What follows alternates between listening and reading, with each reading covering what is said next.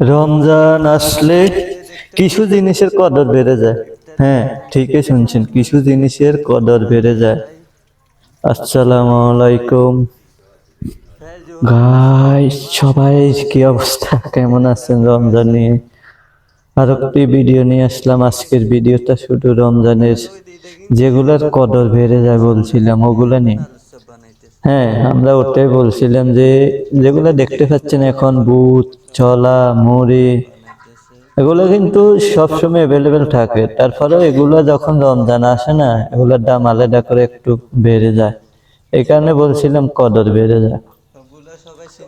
এই সোনা বুট, বেগুনি, পেঁয়াজু, আলুর চপ, এগুলো আমরা প্রত্যেক সময় কম বেশ খাই।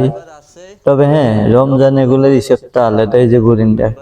কারণ রমজান এগুলো না হলে ইফতারের সাথে আপনার ইফতার চলে না। এগুলো মাছ লাগবে ইফতারের সাথে।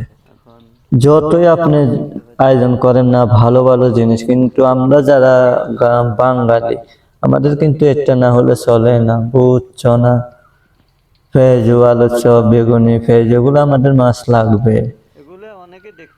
আর এমনি আমরা যত আইটেম করেন, যদি এগুলো না থাকে ইফতারিতে তৃপ্তিয়ে থাকবে না। বিশেষ করে যারা আমরা এগুলো নিত্যদিন খাই, আমাদের জন্য অবশ্য কার কেমন জানাবেন। এবং আসলে আমি যা বলছি তা ঠিক কিনা।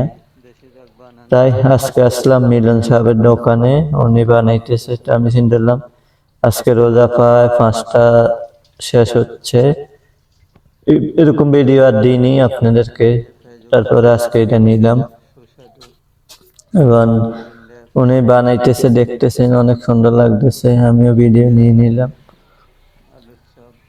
আর সবচেয়ে বড় কথা হলো আল্লাহ যেন আমাদের এই রমজান কবুল করে এবং সবাইকে যেন আল্লাহ সুস্থ রাখে এবং ভালো রাখে, এই দোয়ায় থাকবে।